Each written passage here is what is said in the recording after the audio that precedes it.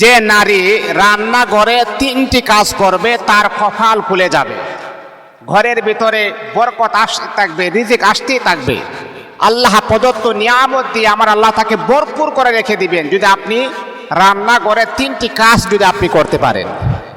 অনেক নারী আছে রান্নাঘরে রান্না পাকাচ্ছে, এই যে মোবাইল ফোনে বা মোবাইলে বিভিন্ন ছবি আমরা দেখে সময় কাটাই, নাচ গান দেখি, চিন্তা করে রান্না তো করতেছি সমস্যা নাই, গানটাও দেখা হলো, আমার রান্নাও হয়ে গেল। মা সাবধান করে বললাম, এমন নাফরমানি কাজ কখনই আপনি করবেন না, এমন জঘন্যতম পাপিষ্টের কাজ কখনই আপনি করবেন না। যদি আপনি করেন তাহলে মনে রাখতে হবে আপনার এই গোটা ঘরের ভিতর থেকে আমার আল্লাহ বরকত আর রহমত আমার আল্লাহ উঠায় নিবেন। দেখুন, আপনি একা রান্না করেন কিন্তু আপনার রান্না করা খাবারগুলা 5 জন 7 জন 10 জন ব্যক্তি আপনার রান্না করা খাবারগুলা খাইতেছেন, আপনার পাখানো রান্নাগুলা সবাই খাইতেছেন। এই যে আপনি যদি এই রান্না করা যদি খাবারগুলা যদি আপনি যদি পুত পবিত্র অবস্থায় যদি না রান্না করেন তাহলে মা আপনি তো বিশাল একটা বিপদের সম্মুখীন হয়ে যাবেন। মা আমি আপনাকে বলছি, টিভি সিনেমা নাচ গান দেখে কখনো আপনি রান্না করবেন না, তাহলে বরকত পাবেন না। ও আমার মা বোনেরা, যখনই আপনি রান্না করে যাবেন রান্না করার জন্য, কখনো আপনি মোবাইল দেখে দেখে কখনো রান্না করবেন না, তাহলে কিন্তু আল্লাহ পাক রব্বুল আলামিন আপনার ঘরের ভিতর থেকে আমার আল্লাহ রহমত আর বরকত আমার আল্লাহ উঠায় নেবেন। আপনার ঘরের ভিতরে আল্লাহ পাক রব্বুল আলামিন গজব নাজিল করে দিবেন। তাহলে কি করতে হবে মা? যদি আপনি চান আপনার ঘরের ভিতরে বরকত আসুক, আল্লাহ প্রদত্ত রহমত আসুক, তাহলে আপনি কি করতে হবে? এই আল্লাহ তাআলার বান্দা শুনেন শুনেন, যখনই আপনি রান্না করে যাবেন রান্না করার জন্য, তখন কিন্তু আপনি শুরু করবেন বিসমিল্লাহির রহমানির রহিম। আমার নবী বলেন, কোন কাজ যখন বিসমিল্লাহ বলে শুরু করা হয়, এই কাজের ভিতরে আল্লাহ পাক রব্বুল আলামিন বরকত নাজিল করে দেন।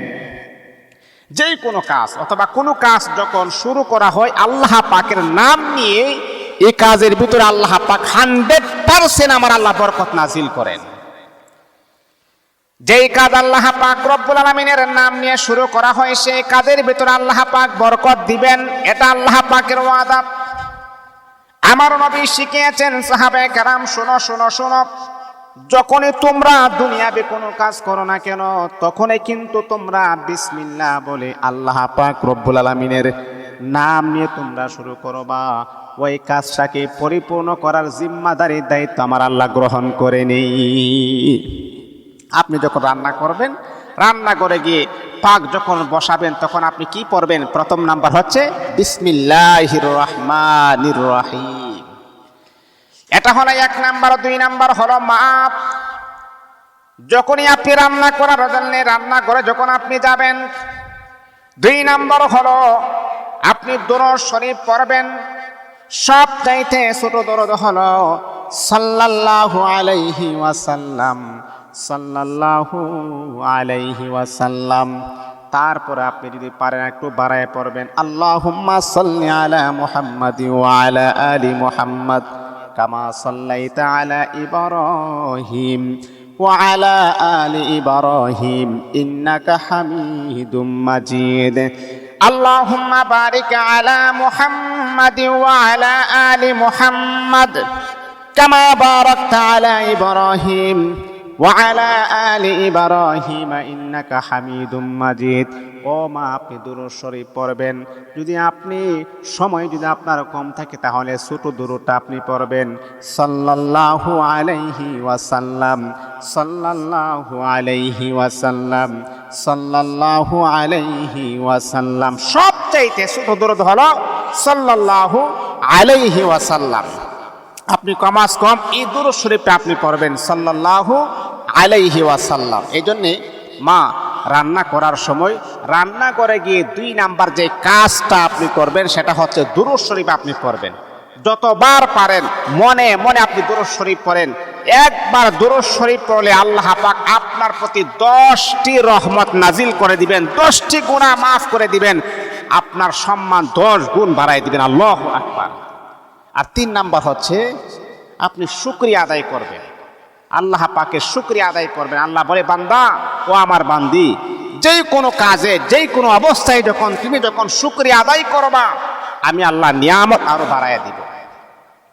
শুকরিয়া আদায় করলে নিয়ামত কমে না, নিয়ামত আল্লাহ পাক বাড়িয়ে দেন। আল্লাহ বলেন, যখন তুমি শুকরিয়া আদায় করবা, আমি আল্লাহ পাক রব্বুল আলামিন তোমার নিয়ামত আরো বাড়ায় দিব, আরো বাড়ায় দিব। লা ইন শাকারতুম লা আযীদান্নাকুম ওয়া লা ইন কাফারতুম ইন্না আযাবি লাশাদীদ। ও আমার বান্দা, ও আমার বান্দী, তুমি যখন নিয়ামত পাওয়ার পরে যখন নিয়ামতের শুকরিয়া যখন তুমি আদায় করবা, আমি আল্লাহ নিয়ামত বাড়ায় দিব। বান্দারে, নিয়ামত পায়া যখন তুমি অস্বীকার করবা, ওয়ালা ইন কাফারতুম, যখন অস্বীকার করবা, ইন্না আযাবি লাশাদীদ, আমি আল্লাহ দুনিয়াতে তোমাকে লাঞ্ছনাদায়ক শাস্তির ব্যবস্থা করে দিব। এই জন্য মা রান্নাঘরে গিয়ে 3টা কাজ করবেন। 1 নাম্বার হচ্ছে রান্না শুরু করবেন বিসমিল্লাহ বলে, 2 নাম্বার হচ্ছে দুরূদ শরীফ পড়বেন, 3 নাম্বার হচ্ছে শুকরিয়া আদায় করবেন, কখনো অকৃতজ্ঞ হওয়া যাবে না। এই 3টি কাজ যদি আপনি করতে পারেন, আল্লাহ পাক রব্বুল আলামিন আপনার গোটা ঘরের ভিতরে আমার আল্লাহ বরকত রহমত নাজিল করে দিবেন, টাকা